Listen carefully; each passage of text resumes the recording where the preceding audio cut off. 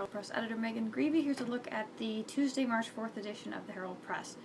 A Huntington woman set to stand trial this week for drug charges and reckless homicide pleaded guilty on Monday morning.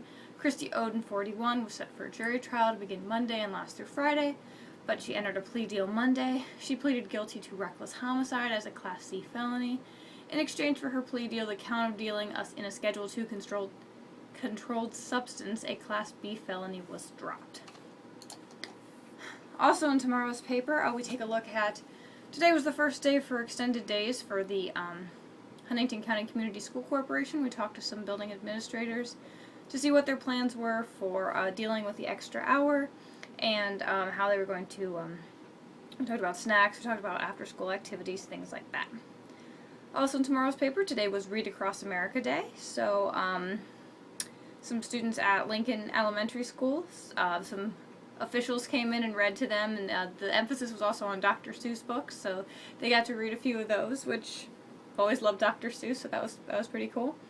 And then also in tomorrow's paper, the new stoplight device, crosswalk thing, was unveiled at Huntington Catholic School today. The device kids will push a button and the lights will flash to let drivers know that there are people waiting to cross the street. So it was actually, the idea was proposed at a Mayor's Night In event and was partially funded by the city, and students at Huntington Catholic raised funds for it as well.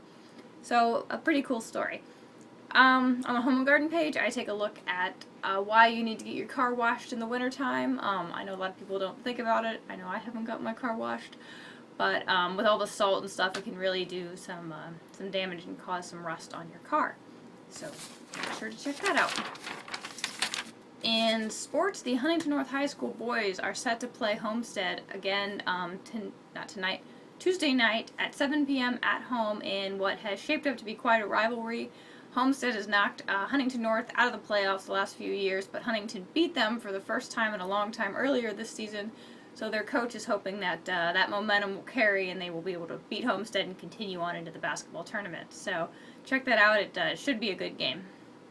Let's see. Also in sports, both Huntington University baseball and softball teams played over the weekend. Both teams finished 2-2. Huntington University played all 4 games against Indiana University Southeast, whereas Huntington University, the softball team, split a win and a loss against both Ashbury University and Georgetown College. So both teams are currently at 2-2.